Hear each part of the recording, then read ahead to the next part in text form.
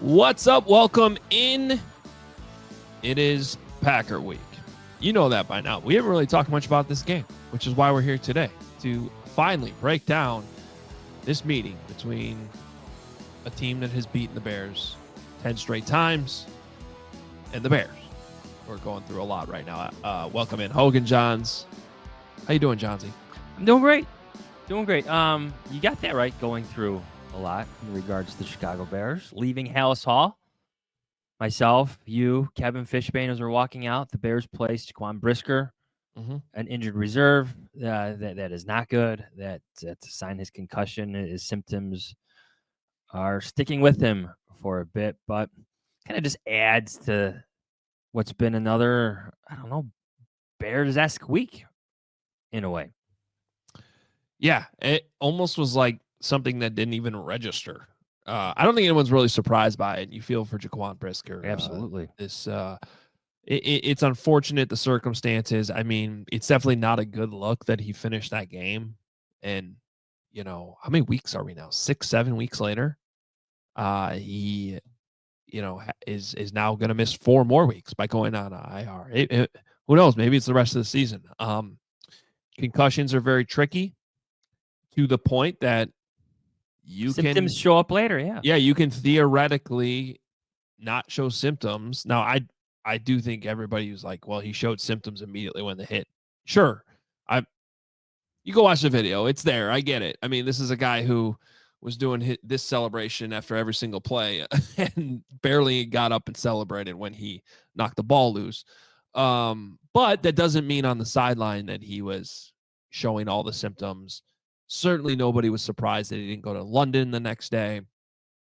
And it's just unfortunate now that we're weeks later and he's still dealing with it. And I think big picture it does that. Certainly Jahns put some doubt into his long-term future, not only playing football, but especially in terms of just being the Bears starting safety in the future. Yeah, there was a point a couple weeks ago where it looked like it was trending in the right direction, at least from an observational standpoint.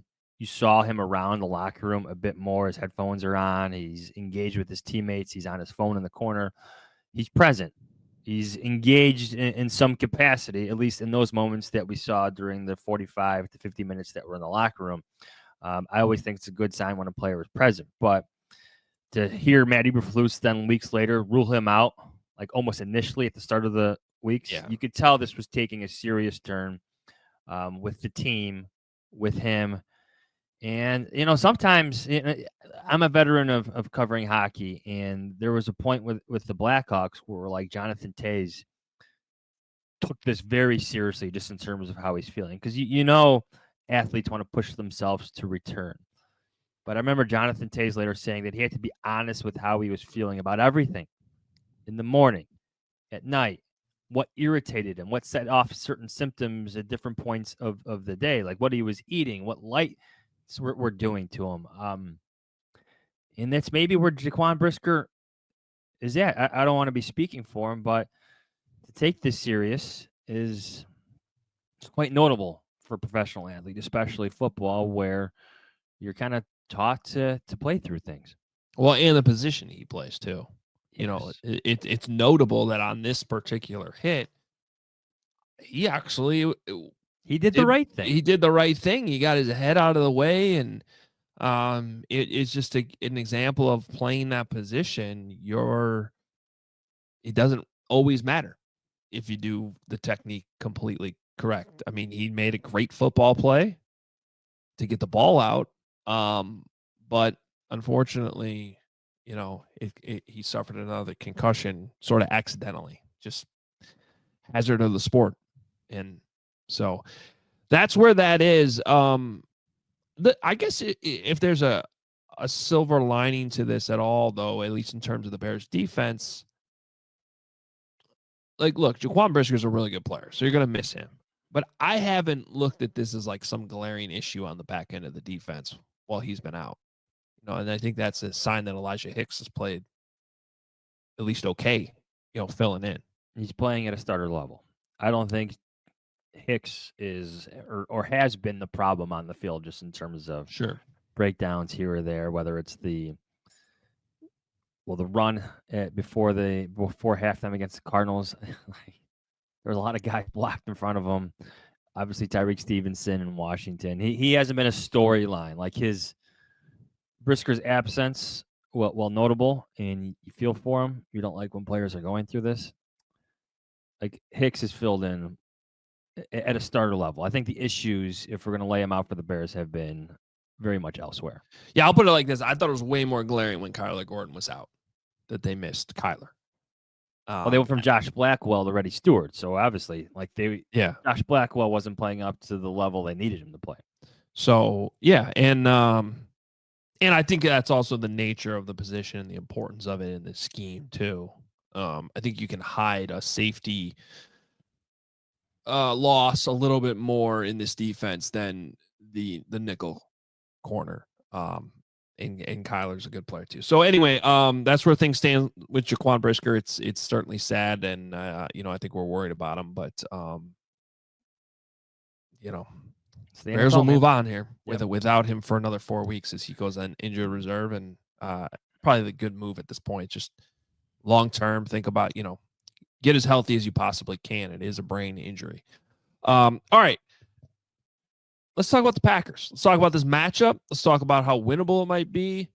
We've spent a lot of time this week talking about all the drama, obviously, kind of all the bad things. There's still a football game that could be played on Sunday, and it is an enormous opportunity for the Chicago Bears. Jahns, just to set up, we're going to bring in our friend Matt Schneidman, who has been on the show many times and does a great job covering the Packers. Before I do that, though, I put this in my newsletter this morning. Calling this Matt Eberflus's Super Bowl. And this was, you ever write something, Jahns, and you realize, and this has probably happened a couple times to you this week, I'm guessing. You start writing something and you realize as you're writing it, you're like, I've written this before.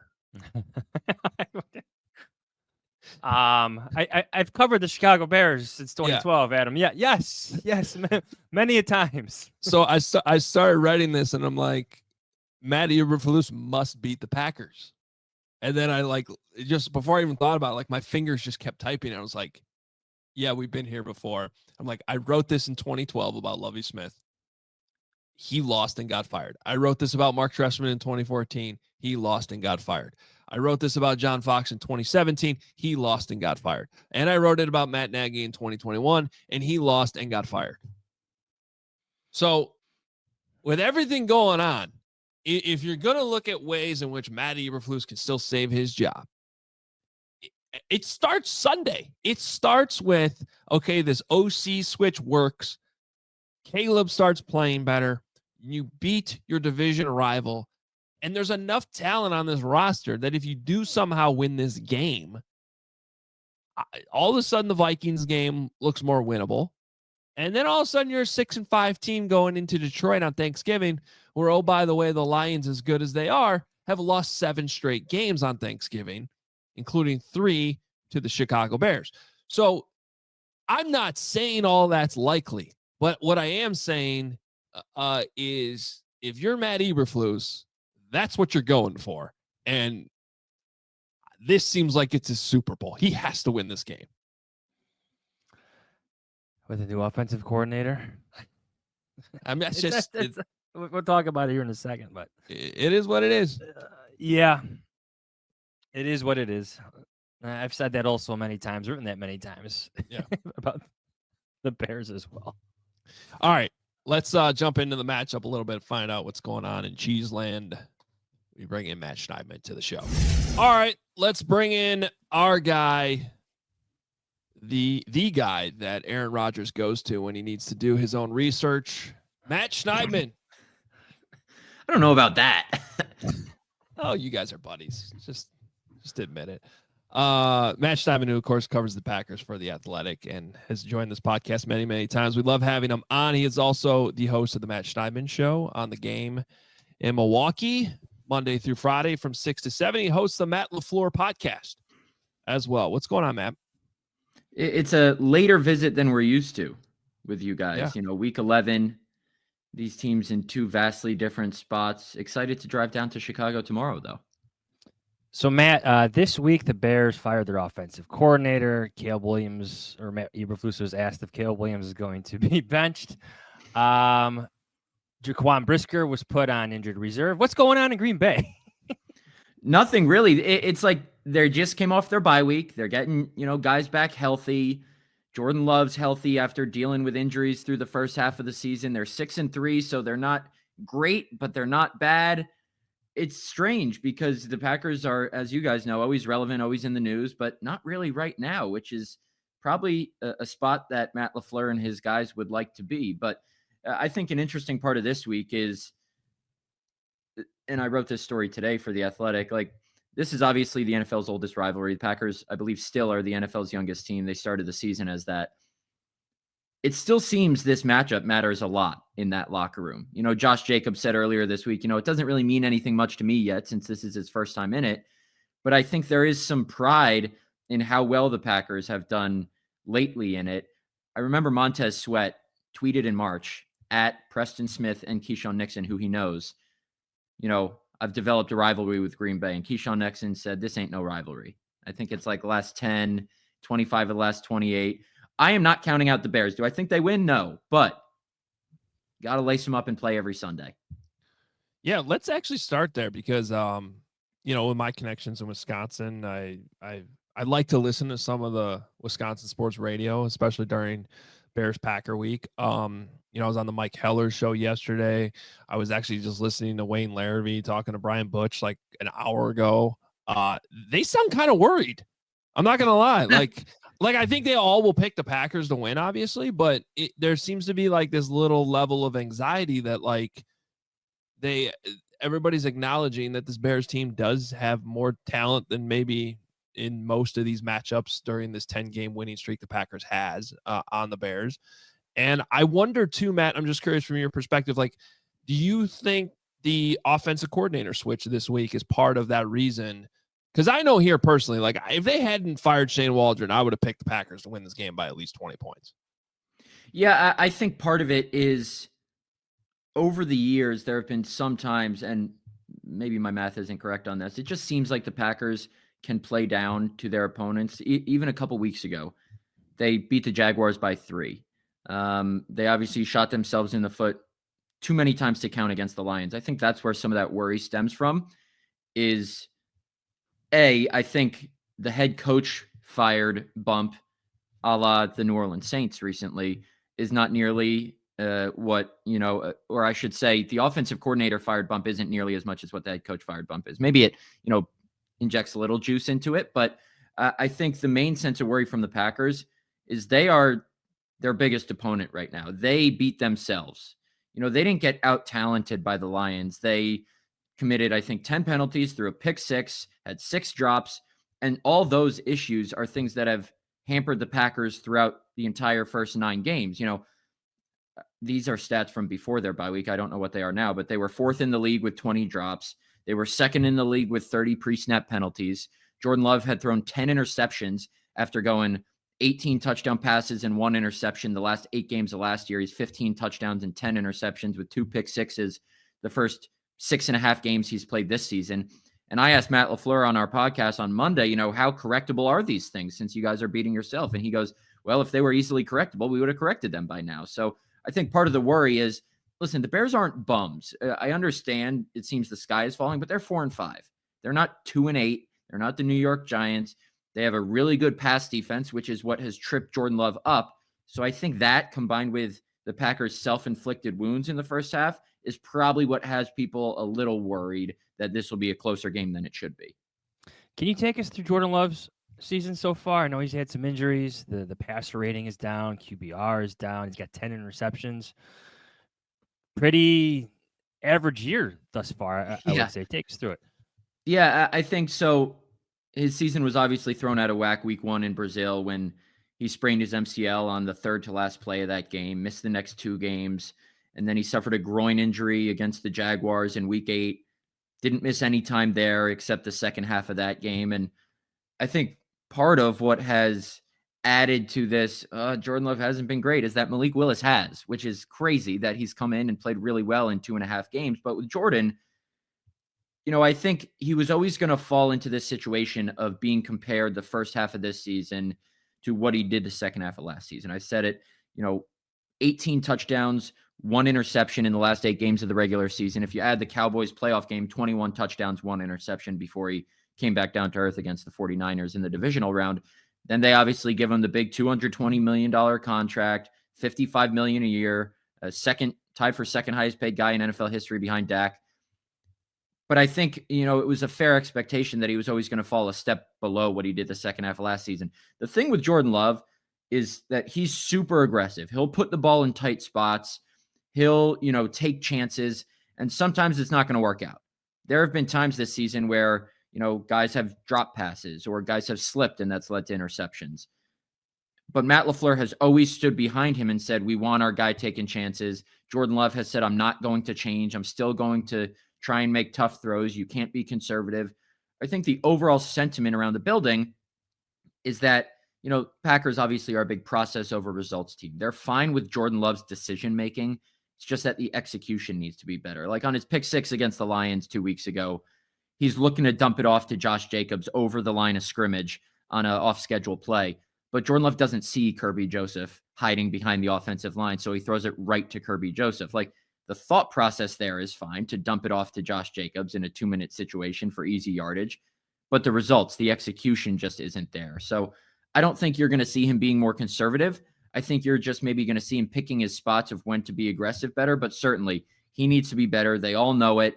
Jordan says he thinks he can match or even exceed that 18-1 touchdown to interception ratio second half of last season. I don't think he should be taking chances against this Bears pass defense, though. I will say that. So you mentioned earlier some of the tweeting going on in the offseason about, is this a rivalry or not? The Xavier McKinney conversation about DJ Moore this week was interesting. And I don't know, were you there for that? Like, I was a little surprised that even came up, like, and was a thing, but I also kind of like it. Like, let's get some trash talk into this rivalry a little bit. I'm also not surprised by it because I said it at the time. I thought, regardless of the circumstances of why DJ Moore walked off the field in Arizona, it was just a bad look.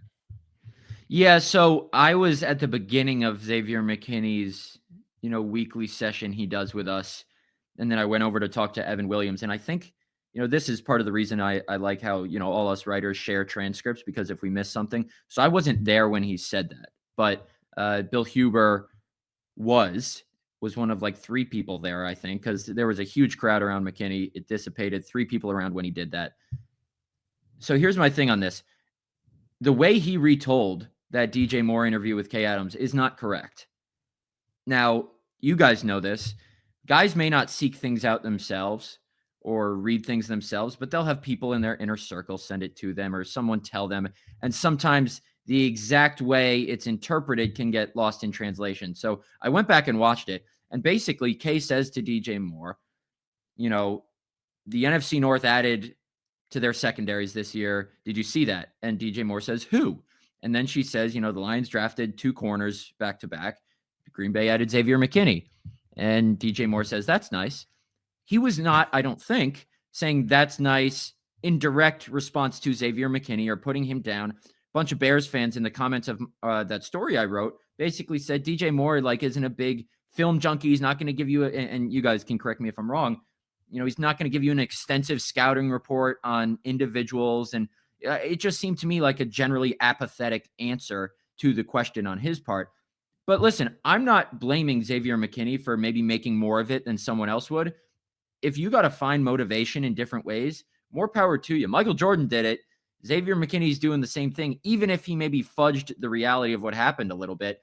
So yeah, he took that and then just went at him unprompted. He brought this up unprompted. He was not asked about DJ Moore. He was asked about the rivalry itself. And Xavier McKinney was basically like, I keep receipts. I heard what DJ Moore said. And then, he was followed up on it. And he basically said, he's a loser. No, he didn't say that. But, in fewer words, how do you walk off the field on your quarterback? You're supposed to be the guy. what are you doing? You're just talking to talk. And then he was said, DJ Moore said it was an ankle injury. And Xavier McKinney said, cap, that's cap, which for the old heads out there means he's lying. So definitely an interesting twist. And I saw DJ yesterday kind of downplayed it. It just seems like that's the kind of guy he is. He's not going to feed into it all that much. Thank you for translating that, because I honestly didn't know what he meant by the cap thing. I was like, cap means you're not telling the truth. Yeah. Yes, you're lying. Okay. Good. This I'll is from take Pat. note. So our good friend Patrick Finley asked DJ Moore for his response. This is DJ Moore. Trash talk is trash talk. Where's our friend Patrick Finley? Trash talk is trash talk. We'll see on Sunday what it all plays out to be. That is DJ Moore's response to your questions about DJ Moore. He's very like, how would I describe him in interview settings? Very nonchalant, very low key, doesn't throw shots, short answers, but serious and like engaged. Yeah. He smirks a lot too. Like, I know I was just looking at your story that you wrote up on this whole thing, and like you mentioned how when he was talking to Kay Adams, he smirked as he said it. I could see how he can be hard to read. To be honest, like sometimes in these press conferences, I don't know if he's screwing around. I don't know if he's being serious. I don't know if he wants to be there. Sometimes it seems like he does. And I think he's kind of more calculated than, like, I don't think he's being apathetic. I think he's actually kind of doing it a bit, maybe even a little bit sometimes. So it can be kind of hard to read at times. Right. And just in the brief time I've covered Xavier McKinney, he does not seem like Jair Alexander, for example, does, like the kind of guy to do something like this. Like Xavier McKinney very intentionally brought this up. He wanted to get it out there. He wanted it out there. Jair Alexander seems like the kind of guy who would do that. Xavier McKinney does not, which shows you that it really did irk him. However, his interview with Kay was told to him. But I think McKinney's been a tremendous player for this team this year, kind of just going off on him. When they signed him, they overhauled their entire safety room. No Jonathan Owens, who I know you guys cover now. No Rudy Ford, no Darnell Savage. They draft Javon Bullard out of Georgia in the second round and Evan Williams out of Oregon in the fourth round. Those two guys start. They signed McKinney for like almost $17 million a year in free agency from the Giants. And all he's done is, if the season ended today, he would be a first-team All-Pro, tied for the league lead in interceptions, the stalwart back there. So it'll be interesting to see if him and DJ Moore go up against each other at all. Teams really haven't tested the Packers deep since McKinney went on his streak of 5 games in a row with an interception to start the year. So I'll see if Caleb takes any shots his way. Yeah, well, the Bears don't really throw deep, or they haven't. Well, then I don't think they will on Sunday. We'll see. Maybe Thomas Brown has different things on his play sheet. I wanted to ask you about Lucas Van Ness, 13th overall pick a couple of years ago, local kid from Chicago at Barrington High School, right? Cole Kmet's, he's also dating Cole Kmet's sister, which is a fun storyline. So I know things haven't gone completely to plan for Lucas Van Ness. Is he at least ascending in the right way that the Packers would see, or what's going on there? Yeah, I think with the Packers, they kind of slow cook their edge rushers. They drafted Rashawn Gary in the first round in 2019, 12th overall, right after they had signed Za'Darius and Preston Smith to $66 million contracts in free agency. So it was kind of like, why are you drafting an edge? And they had their 2018 sack leader, Kyler Fackrell, coming back. So Rashawn Gary was 4th on the depth chart. He didn't really break out probably until his 3rd year in the league. Obviously has a $24 million a year contract now, but they, developed that position slowly. They really do believe in a 4-man rotation off the edge. So they need, 4 capable guys. So they drafted Rashawn Gary first round, for him to sit on the bottom of the depth chart. Same thing with Lucas Van Ness. They drafted him 13th overall last year. He flashed last year. I know, we had the sack of Fields in week 1, I believe, but he didn't really do all that much. He was advertised out of Iowa as a guy who never started a game, but a guy who could move inside, outside. He didn't really show much last year. It's been the same case this year. Like, he was 4th in line in the playing time percentage for defensive ends this season. He's played about 41% of the defensive snaps, so he's still playing, but hasn't really done much. And that's why I think he's probably the most important person when you look at who needs to step up after the Packers traded Preston Smith and didn't add any veteran edge rushers. Preston Smith wasn't lighting it up by any means. He was like 143rd in pressure percentage on True Media among guys who rush the passer at least 100 times. Van Ness, hasn't been great in that regard either, but he's going to need to step up because he's going to get more snaps. And I think, he was talking this week about how much he loves coming back to Chicago, how much he loves playing there. So what better time than now to finally start doing things? But I don't think there's any real panic yet because people around here know that edge rushers aren't expected to, produce from day one. He still can be better though. Yeah. Well, where's your head at on this game? Who are you picking, Matt? Yeah, I've been saying Packers 27-17. I don't think it's going to be a blowout. I don't think the bye week has eradicated, all the Packers' self-inflicted wounds. But I think they take care of business. Like I said, I don't think the fired offensive coordinator boost is the same as a fired head coach boost. So if the Bears had fired Matt Eberflus, I would probably just pick, a 3-point Packers win. But I think, the Bears struggled to stop the run. And Josh Jacobs has been one of the most productive running backs in the league this year. He's been really good for the Packers in his first year with the team. So I think they ride him, let Jordan Love do a little bit, maybe not air it out as much as they normally would in the Packers. It's going to be a one-score game in the fourth quarter. I know that. But I think the Packers, win by 10. 27-17 is what I'm going. Fair enough. Fair enough. Well, we'll be reading all the coverage, of course, in The Athletic. Matt, you always do such a great job. We appreciate you jumping on with us. Thanks, fellas. See you down there Sunday. Thanks, Matt. Always great stuff from Matt. Like, I think he feels the way some of us feel in Chicago, where you're like, you start to kind of talk yourself into like the Bears being competitive in this game, maybe more competitive than they really should be. They are, I think, 6-point dogs in this, 6.5 points. I forget what it is. It's been moving in the Bears' direction, though. It's a big spread. It is. I don't know. It goes back to what we said in the last show. Like, we should know better. Yeah. That's what I'm telling myself. And don't worry, by the end of this podcast, we will know better. Yes. Yeah, we'll get to that in a second. So, I don't know. Are you ready? I am. Let's do it. 3 big questions. The buying or selling edition. Number 1, buying or selling Adam Hoge. The Bears' decision to fire Shane Waldron is a sign that things are truly different at Hallis Hall. Can I ask a follow-up to this, though? Go ahead. What do you? I guess I need a little bit more clarity. What do you mean by different? Like things are changing overall? They big have picture? never fired an offensive coordinator during the season. Gary Crowton does not count. Yeah. I'm gonna say no. Okay. I'm gonna say no. Because I just need more proof. I just need this was.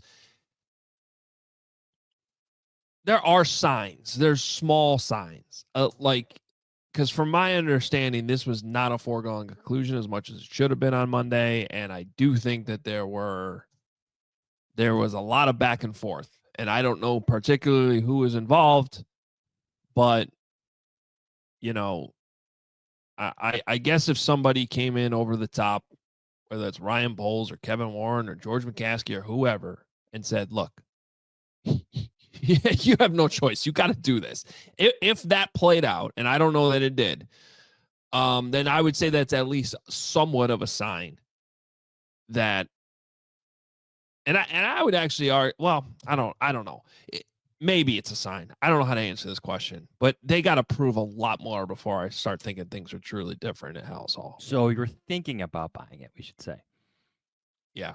Buying it. I will say selling it for now. I'm selling it for now. Okay. This is this is, every other franchise in the league probably would have fired Shane Waldron a week ago, and they didn't. And they lost a game to the Patriots that they didn't need to lose because this is the thing about the Bears. And it goes, if you saw Kevin Fishbane's awesome video this week when he was on Scoop City. By the way, our producer, Kent, is the one who edited it. Great job to Kent. Kevin's just everywhere. It was so good. Such a good recap of literally how this is all played out under George McCaskey. They're always too late before they make the moves. They're always too late. They're usually a year too late, right? And this is the same thing. They were at least a week too late on Shane Waldron. It's looking like they're a year too late right now on Matt Eberflus. That's just how it looks right now.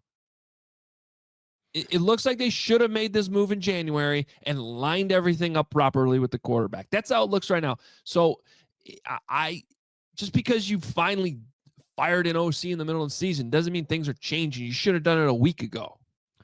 For at least 12 hours, I thought the Bears were going to go down the road of they're going to try to make this work with Shane Waldron in some different capacity. I did too. And to me, this is where if I'm buying it a little bit, like thinking about buying it. Because let's not forget what happened in 2014 when Aaron Kromer, the Bears' former offensive coordinator, was revealed to be a source ripping Jay Cutler. Mm-hmm. Cried in front of the whole team, apologized to Jay Cutler, and Mark Trestman kept him. Remember that? And then he benched Jay Cutler. And then he benched Jay Cutler for Jimmy Clausen, who suffered a concussion in that game. So to me, if I'm going to use history, okay, it's somewhat different than that. It's not as bad as that. But you know what's crazy? Because I think about that season all the time. And honestly, there's been a lot of parallels. A lot of the chatter, a lot of the talk, a lot of the reports coming out, all this drama involved. And I keep thinking, even the freaking schedule, Johnsy. They're playing the Patriots, and now they got to play the Packers. This happened in 2014. Now, there was a bye week in the middle, but what happened? They give up 50 points to the Green Bay Packers. I don't think that's going to happen this week, but if you want to talk about we should know better. Didn't Brady and Gronk drop 50 on them too, and then Lamar Houston celebrated a sack and blew out his ACL? But I would argue, Johns, that what happened last week is worse. Because at least that Patriots team was good. It's like the opposite of that, where you just have the 19-3 loss, or you could have the 17-0 win for the Packers. Because if Brady and Gronk had been on the field last week, what do you think that score would have been? Oh, you know what I mean? It was just as bad, if not worse. And now you play the Packers, your division rival. And so that's the thing. All those positive scenarios I laid out earlier. See, you talked yourself right out. Go ahead. We should know better. Now, and here's another stunning thing real quick that I remember the Virginia is pissed off press conference. How could I not? Do you know that was almost 10 years ago? Oh, come on. Time is flying. 10 years ago. She was 91. And the whole point of that presser was she's running out of time and my mom's pissed off. We got to get this in the right direction. And just a whole decade just went by. Since then, you've had 3 head coaches, 2 GMs, spitballing here, 5 offensive coordinators, 4 offensive coordinators. Oh, it's got to be more than that. And 792 running backs coaches. Number 2, buying or selling. The change to Thomas Brown will provide the offense with a boost. All right, this I'm buying. This I am buying. Based on sort of how low the bar got to begin with. Please score more than 3 points. Yeah. You have not scored a touchdown in the last 2 games. So if they score a touchdown on Sunday, which I think they will, it's a boost. But even beyond just the low bar we're talking about. I don't know about you, Johnsy, but I am buying the energy that I felt at Hallis Hall when I was there yesterday, and that I've just consumed in interviews even earlier in the week when I wasn't there. I thought even we got to talk to the offensive coaching staff yesterday. I felt a little bit of anxiety out the door. A little bit more business, even the energy level being up with the coaches. And that's tough because a lot of those guys have coached with Shane Waldron for a while. now. And the reason why they were brought here was because of Shane Waldron. But I think everybody in that room, players, coaches, maybe everybody except for Matt Eberflus for part of the day on Monday, realized that a change needed to be made. And I also think that Thomas Brown is in a position where, like we're talking, I can't get past this. He was Sean McVay's assistant head coach, a title he earned after 1 year. You do not do that. 1 year in the NFL. He was a college coach. He gets hired by the Rams. He spends 1 year as the running backs coach, and Sean McVay makes him the assistant head coach. So there's something here with Thomas Brown, despite what happened in Carolina last year. And I do think there's a scenario where you're a good coach, where you had a rough situation, and he said it himself. One of the most remarkable quotes this entire week, I thought, was when he was kind of asked to compare Caleb Williams to Bryce Young. And he was basically like, they're completely different in terms of ability and mentality. So even though he was trying to dodge the question, he kind of answered the question. Yeah. And so I do think there's a scenario where whatever happened last year, he has learned from it. If you're Thomas Brown, you didn't get an OC job this year. You're still trying to elevate your career. You are 120% this week taking advantage of this opportunity. You have the talent on the field. How do you not take advantage of that? You know what I mean? Like this is a huge opportunity for Thomas Brown himself. And I just think that all that put together, I expect the Bears to score some points on Sunday. So 2 things on this. How's this for fortunate timing? I sat down with Thomas Brown for about 30, 40 minutes, 2 days before, it would be 2 days before the Arizona game. Okay. And we talked about a number of things. You can read about it on The Athletic right now. It was a wide-ranging conversation that went from football to fatherhood to Sean McVay to Mark Richt to stop in Miami to Kirby Smart came up in the conversation. Just a wide-ranging conversation. And I left that feeling like I could see why Thomas Brown has been a head coaching candidate for multiple cycles now. Like he gives you that energy, that vibe, the way he kind of commands things. I think you saw that with his first press conference as the Bears OC. He's got a different vibe, different energy. And I think Bears players were searching for that different vibe, different energy. He definitely brings something that Shane Waldron just didn't have. So read about that on The Athletic.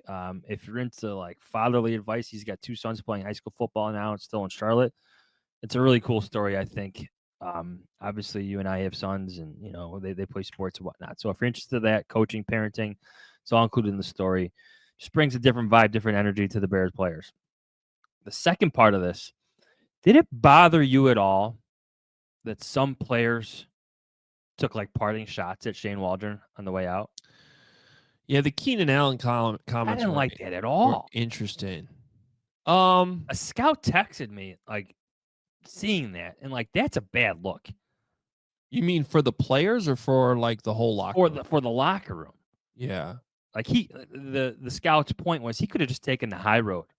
Yeah. But instead he's calling him too nice, didn't have the accountability that was needed for the team. And I get it, could be a fully warranted criticism. But I think that they caught some people's attention around the league, like, oh, maybe the Bears aren't this happy place that they're trying to, portray themselves as. Yeah, I see that. I also appreciate the honesty too. So it's high, but I understand where that scout's coming from. Jahns, this has been brewing for a while though. You know what I mean? Like I'll just the red flags that we were talking about even with Courtney last week, those were all resonating in the locker room too. And I think that they were even manifesting in their own ways in OTAs, in training camp. And I think that's where Keenan Allen's coming from in that comment. So, and I do think that there's been this level of frustration since week 1. Like, remember how bad they were offensively week 1 against the Titans and had no business beating that bad Titans team. And they're bad. There's been this level and this bubbling frustration because those guys think they're good. Keenan Allen, DJ Moore, Cole Kmet, DeAndre Swift. They all think, I know they're frustrated, and there definitely are guys frustrated with Caleb Williams right now. They all know he's good, though. They all know he's extremely talented. So I think that which again gets back to like how in the world there was ever a scenario Monday where they were not going to make a change, because this just absolutely needed to happen for those reasons right there. And so I do think this frustration, I get it. Maybe it's not the best look that there were parting shots, but I'm not surprised by it, I guess. And then you hear Travis Homer be like, I don't know. I like them. He seemed to go along with a lot of people in Seattle because Travis Homer came from Seattle. Something to think about. Well, but that's also where the head coach comes in, right? I mean, you got Pete Carroll overseeing Shane Waldron. That's a very different dynamic than what the Bears have had here. Very true. Number 3, buying or selling, kind of to your earlier opener to the show. Buying or selling. Matt Eberflus must go 3-3 in the NFC North to save his job. Okay. So that would be 7 wins. And then what do we give him? One of the Seattle, San Francisco wins. That's 4. You don't have to. Yeah, that's not, no. 4-2 then. You must go 4-2. Probably. I mean, the context always matters, right? Like, are those wins against the Packers? Do they beat the Lions? Well, they're beating some of these teams. You have to. Yeah. I mean, well, so let's say you win 2 against the Vikings and 1 against the Lions, but you don't beat the Packers. Which means that's week 18, and that matters too. Yeah. Like how you go off. I mean, I think the decision on Justin Fields was already made before week 18 last year, but that's kind of cemented his, So what if he goes 4-2, beats the Lions twice, beats the Vikings twice, and is in 2 close losses to the Packers? Wait, say that again? He beats the Lions twice. No. He beats the Vikings twice. No. And loses twice to the Packers. Yes. I didn't have that one. I didn't have it yet. I was wondering we were going to hit there. The Packers, Green Bay, Aaron Rodgers, go Bears. Yeah, Bob. I just think his success in the NFC North matters more than anything over the next 8 weeks. Well, and that gets back to what I was talking about before. Like, you have to win this game for any of that to happen. Right? You have to win, somehow get the juice back in the locker room, get some confidence. A win against Green Bay for the amount of guys, and by the way, the amount of guys in the locker room who have beaten the Packers as a member of the Bears is 0. So that, you want to talk about a win resonating and being a boost, it's a huge opportunity on Sunday. I'm going to sell that, though. I don't think 3-3 is good enough. Okay. Over-unders from Quinn McConkey. Shots of Thomas Brown in the booth. 4.5. Over. Do you prefer your offensive coordinator in the booth or on the field? This is a great question. It's one of my favorite questions, honestly. Rags asked me this earlier in the week. I think it's honestly one of the hardest things to figure out, and it totally depends on the other pieces involved in the communication. So my personal preference, I like to be on the field where I can look my players in the eye and talk to them, right? But you are definitely losing visuals on the field when you're down there on the sideline. You just cannot see it the same way as you can from the booth. So if you have the support system down there on the field, a quarterback's coach that you deeply trust, a good enough relationship with your quarterback that you can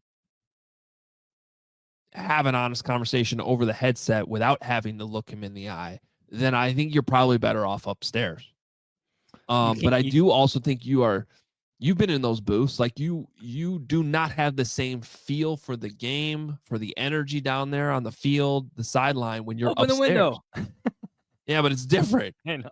It's just different. So it's one of the hardest things, I think, especially I think it's almost even more important for the offensive coordinator than the defensive coordinator. Vic Fangio likes being in the booth. Yeah. Yeah. I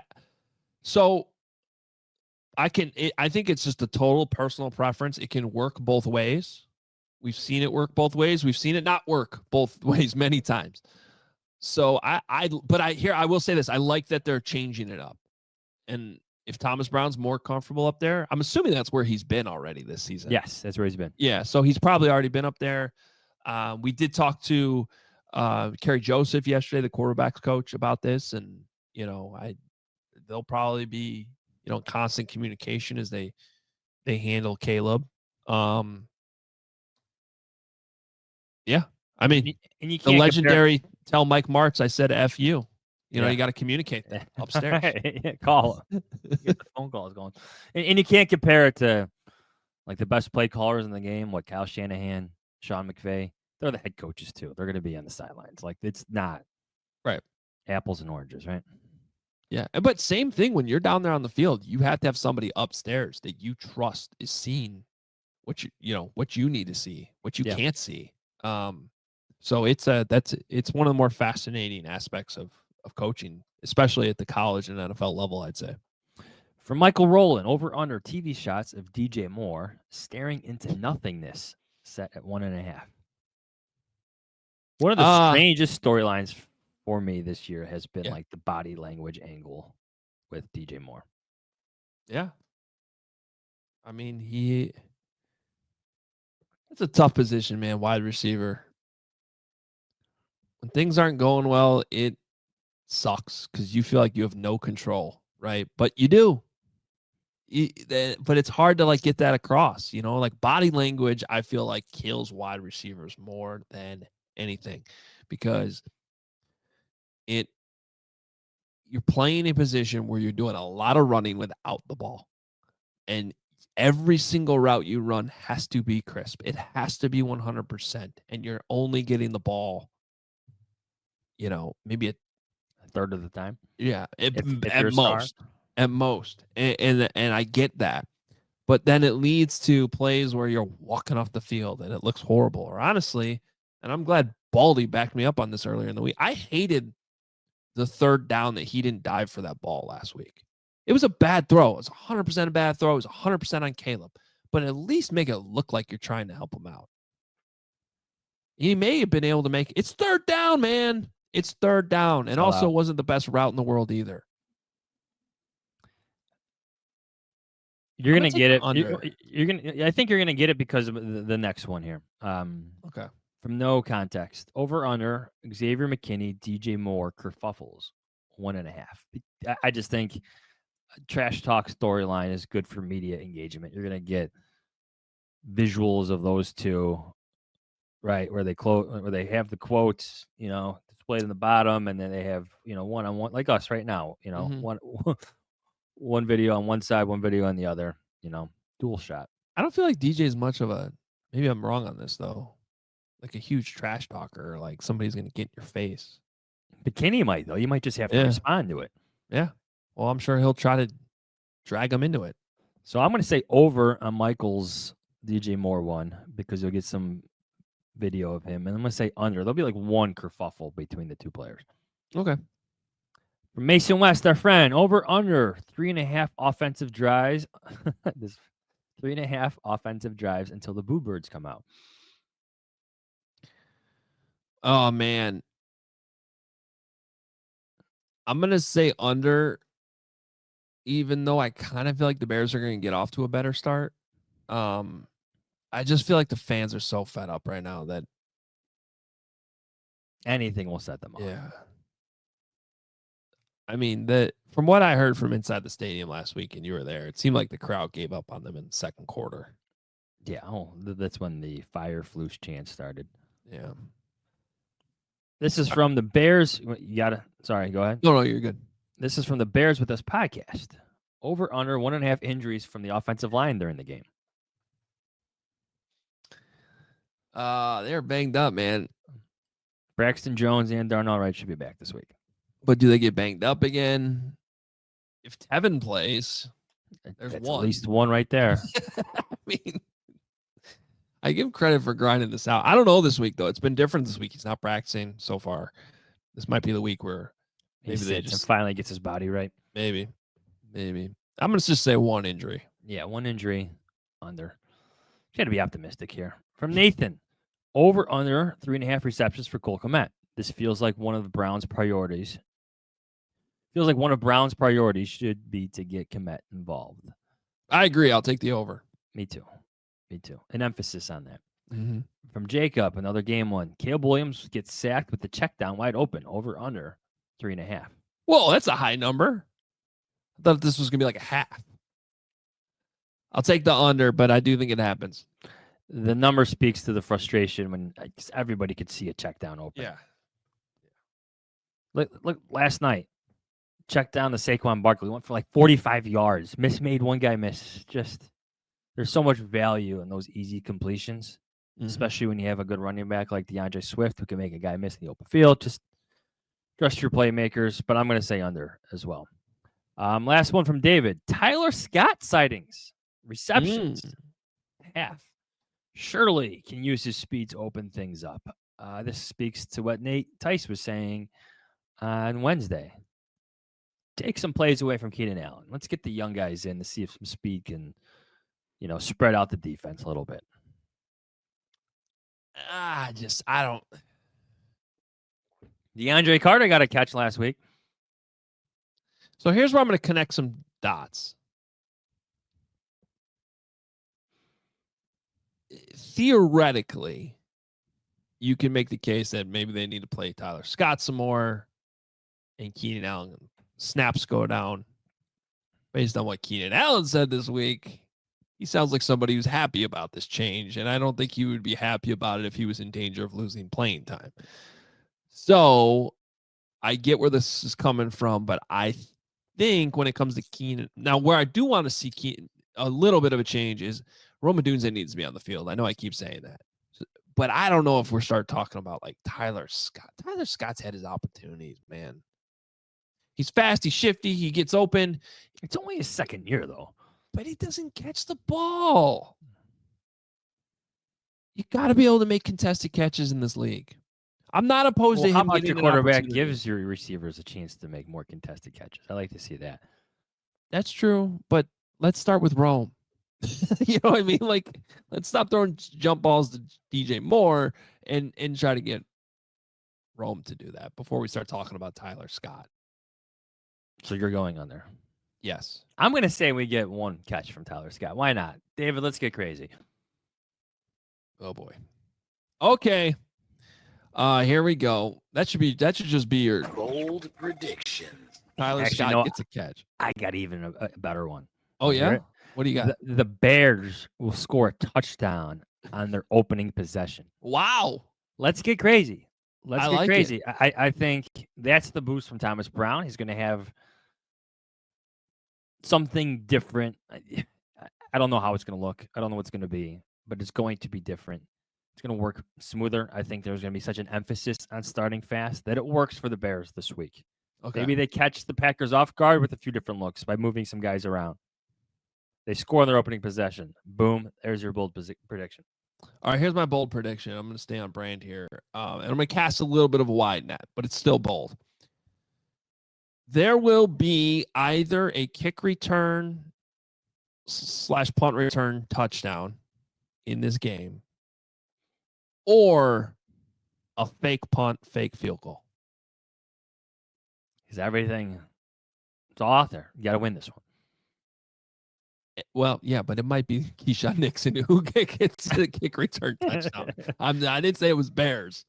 Well, I'm just referencing the fakes. Yeah. Leave it all out there.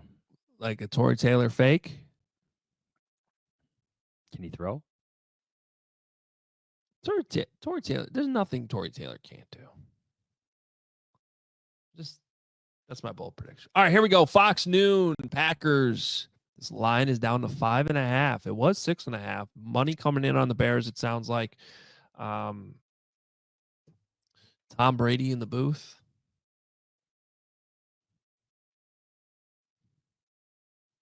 Who you got? Packers 24, 20.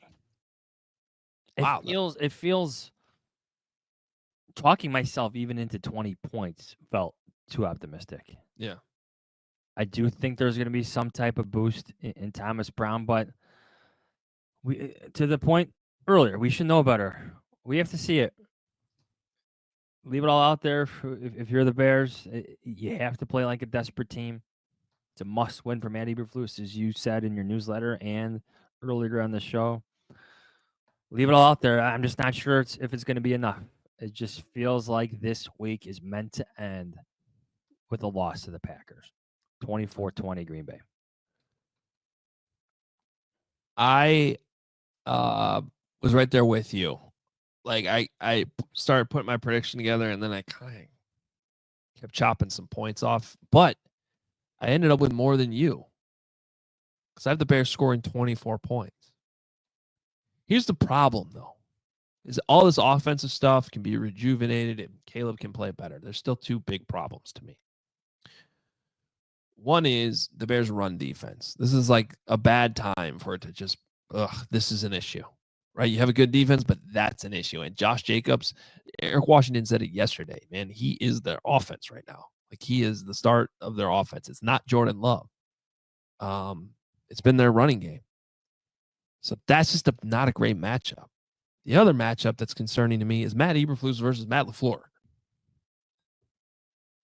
And if this still comes down to crunch time in the fourth quarter, as Matt Schneidman even predicted, it has not been a strong suit of Matt Eberflus since he's been the head coach here.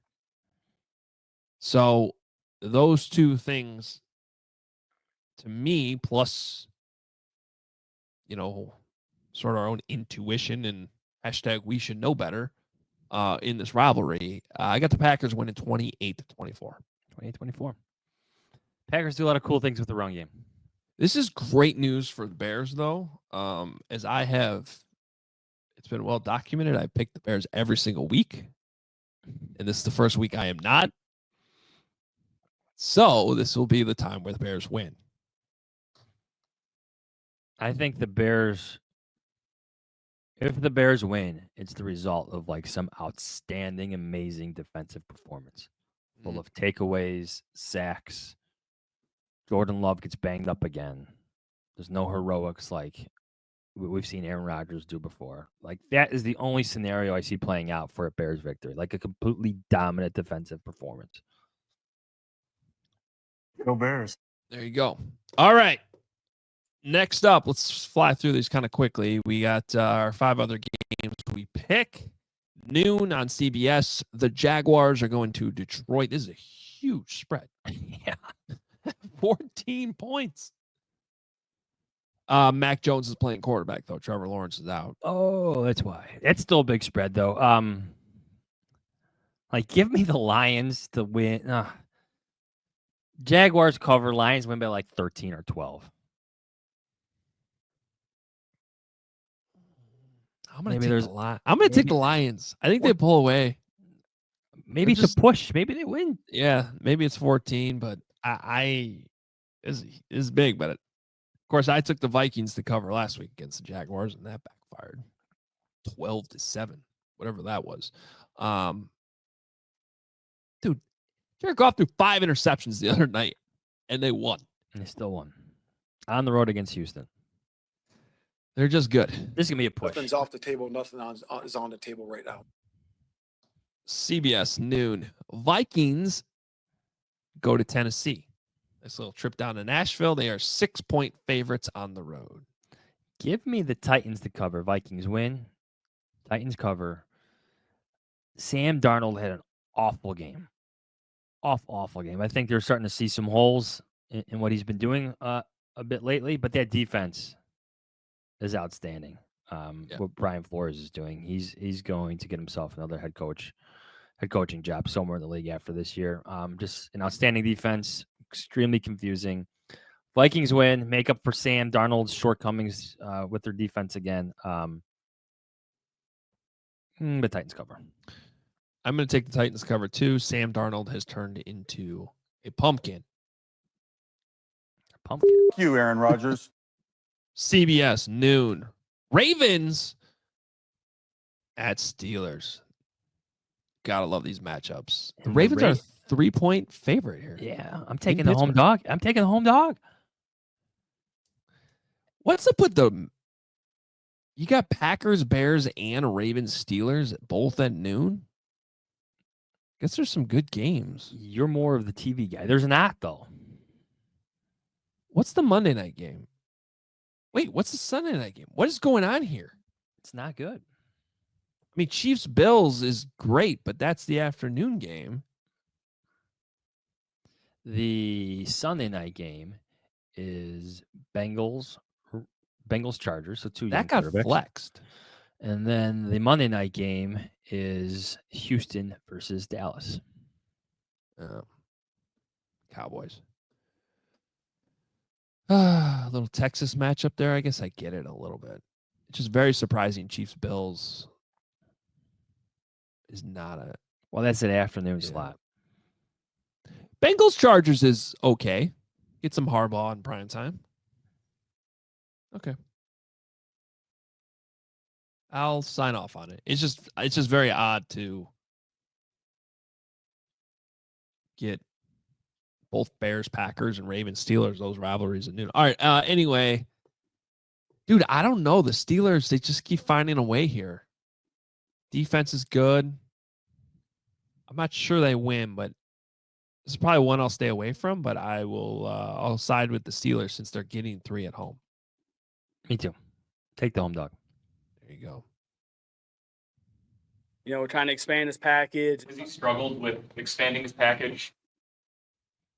Fox 305. Seahawks at 49ers. 49ers 6.5-point favorites. Give me the 49ers by a touchdown. Yeah, same. I think it's right around that number, but Christian McCaffrey back. 49ers probably start to find their groove here a little bit. That's not cliche talk. That's real talk. And then CBS 325. This game will probably have massive ratings, be a big one. Chiefs at Bills.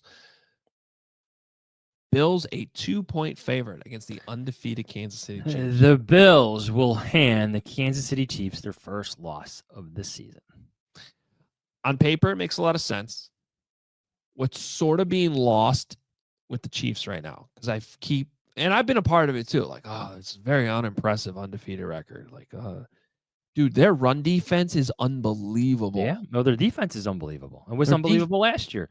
Their defense is outstanding. They find ways to win, whatever it is. Now, the Harrison Butker injury is a little bit of a wrinkle. And especially when you talk about a close spread here, it makes me a little nervous. But I think I'm still going Chiefs. It's hard. It's too hard for me to go against them. Certainly won't be surprised though if the Bills win. Bills win. The 1972 Miami Dolphins will celebrate. 72, That makes right? sense. That makes sense. 1972. I think I got that That's right. right. All right. We need to get out of here. Good show. Try to enjoy the game on Sunday. We'll be there. I'll be there. I'll be there for the tailgate in the morning. Corner of Cermak and Wabash. If anybody wants to come by, go to allchgo.com/events. You can still get tickets and come join us. We'll pre and post game on CHGO, and Hoge and Jahns will be back Monday morning, live at 9 a.m. to break it all down, whatever happens.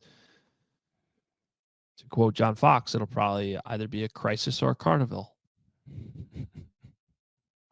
Like literally, this game that's probably what it'll be. Have you ever felt like we're covering a crisis at a carnival? That's pretty good. Yes.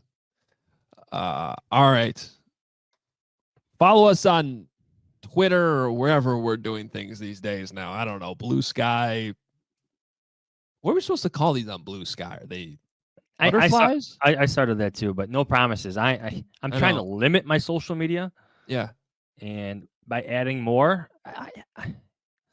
what another John Fox saying? Under promise, over deliver. Yeah. Well, I did too when I tweeted it out that I was like, hey, I'm going to go over here to Blue Sky just because. But here's the thing, Johns. I got to say, 2 days in, it reminds me of the old days of Twitter. Yeah, it looks like it too. Like it looks very similar. The conversations are pleasant. You know, not every third tweet in my timeline is Elon Musk, who I don't even follow. It's been a pleasant 48 hours or so out in the blue skies. I'm just a little confused about what I'm supposed to call it when I'm not tweeting. Am I flying? Am I Skying. skying? I don't know what they are. I don't know what they're called. You're BSing. I'm always doing that though. Anyway, we're on there. Mine's the same handle. It's at Adam Hoge .b sky social. Whatever. Yeah, I don't the like hell that either. they'll get rid of that Yeah, eventually. yeah. My handle is the same as well. There you go. So come find us there in the friendly skies of blue sky. United Airlines is not going to like that. Whatever. They're a Bear sponsor. They'll be fine. What else was I gonna say? Oh, tiny bit of high school football talk here at the end. Notre Dame, little win over Providence last night. Yes, thank you. And I have a cool little situation tonight because I get to go back to my alma mater at St. Ignatius. Carmel plays Ignatius tonight. That was a field they built while I was a student there. It's a super cool setting, like with the skyline in the background, but I've never actually been to a game there because when they first started that program back up, they didn't play their home games there. It's very cool. They actually your school beat my school in the 6A quarterfinals 3 years ago, 3 or 4 years so. ago. Yeah. Big game, big crowd. Again, cool settings. You know, we went to West Loop, we went to Paterno's for pizza before the game. So, you know, it's Notre Dame guys like to have a good time. The fun part about this is if you win, if you beat your alma mater, you get to play us. Well, you know, Jahns, we're just taking this one game at a time. Well, you better. Can't look ahead. That being said, it would technically be the rubber match between us Yes, 1-1. because you guys knocked us out of the Prep Bowl a few years ago, and then I believe the final score last year was 24-0 at Carmel. You might be correct. So we'll see. Got to get through Ignatius first. Very good program. Wolfpack. That's right. But I have a little nostalgia going into tonight, going back to my old school. Should be fun. Looking forward to it. And yeah. But what's this nonsense about trying to get rid of the Prep Bowl? Get out of here. Yeah. I get it, but start your own thing then. Do your own thing. Like don't take games away from developing kids. They're kids. They're in high school. Let them play football. It's so ridiculous. I get where they're coming from on this though, but start something else up then that the other schools can be in. It's a strange complaint. It's the old public, but this is like a far out public school complaining about like a very Chicago thing that has been in place for more than 100 years. Yeah. Yeah. I think this is the 97th Prep Bowl. So less than 100 years, but almost there. But yeah, long enough. Used to be bigger than the state playoffs. I know, isn't that crazy? Over 100,000 people in the 30s at Soldier Field. It's wild. It's wild. All right. Well, we're out of here again. We will we'll be back here on Monday morning to talk about the latest Bears-Packers result. We'll talk to you then. Let's go. See ya.